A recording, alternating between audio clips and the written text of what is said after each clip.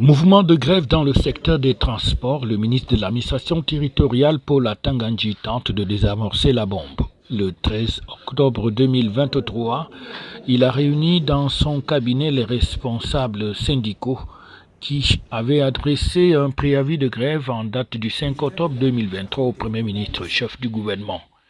Le but de la réunion était justement de trouver un terrain d'entente pour essayer d'enrayer ce mouvement d'humeur. Contrairement à ce que les gens pensent, il n'y a pas forcément le moulinex dans le ministère de l'administration territoriale, même comme nous disons que le maintien de l'ordre c'est le moulinex. Ensuite, je crois que grâce au chef de l'État, son Excellence Paul Biya, le Cameroun est un pays de dialogue, c'est un pays de liberté, où les gens peuvent s'exprimer librement, où les problèmes peuvent être posés sur la table. Et à la faveur d'un dialogue constructif, nous pouvons trouver des solutions idéales aux problèmes posés. Ce qu'il faudrait éviter, c'est la surenchère et l'exercice verbaux.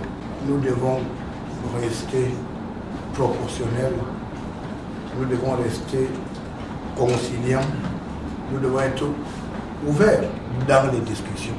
Après de longues heures de discussions et d'échanges entre les deux parties, les syndicalistes signataires de ce mot d'ordre de grève disent avoir compris le ministre de l'administration territoriale et se disent même satisfaits des échanges en attendant d'aller consulter leur base syndicale. Le chef de l'État, son Excellence, Monsieur le Président de la République, a instruit que le dialogue devrait être une priorité. C'est pour cela que nous sommes très contents, très ravis par son Excellence, Monsieur le ministre de l'administration territoriale, de nous avoir conviés et nous écouter et s'échanger, contrairement à ce que nous avons pensé à l'intérieur, qu'il disait qu'il était le moulinex et qu'il allait écraser les gens. C'est le moulinex qui a finalement écouté des gens. Nous avons donc pu échanger dans les 17 points des revendications des travailleurs. Nous avons retenu beaucoup de choses. Toujours est-il que les syndicalistes reprochent au gouvernement la non-application des revendications qui ont été énoncées le 5 juin 2023 et que 4 mois après, rien n'a été fait. Et à cela se sont ajoutés d'autres problèmes dont les syndicalistes souhaitent voir des résolutions portées pour amélioration des conditions de vie et de travail de ceux qui sont dans ce secteur névralgique. Par ailleurs, le ministre de l'administration territoriale a appelé les uns et les autres à la conscience et au dialogue, car on sait quand une grève commence, mais on ne sait jamais ce qui peut arriver par la suite. On dit que Rome n'a pas été conçu en un seul jour. Ça veut dire que vous avez les doléances, les chapelets des doléances.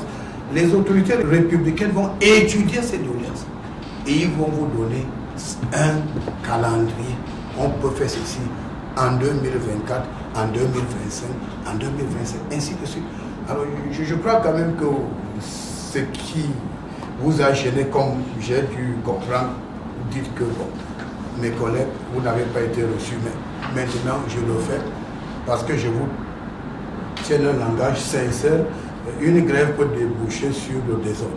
Et le désordre, c'est le maintien de l'ordre. On essaie de voir qu'est-ce qu'on peut faire pour vous écouter. Toujours est-il que d'ici au 19 octobre, date pour laquelle la grève a été décidée, beaucoup de choses peuvent encore se passer et le dialogue doit prévaloir afin de trouver des solutions pour que la sérénité continue de régner sur l'ensemble du territoire national.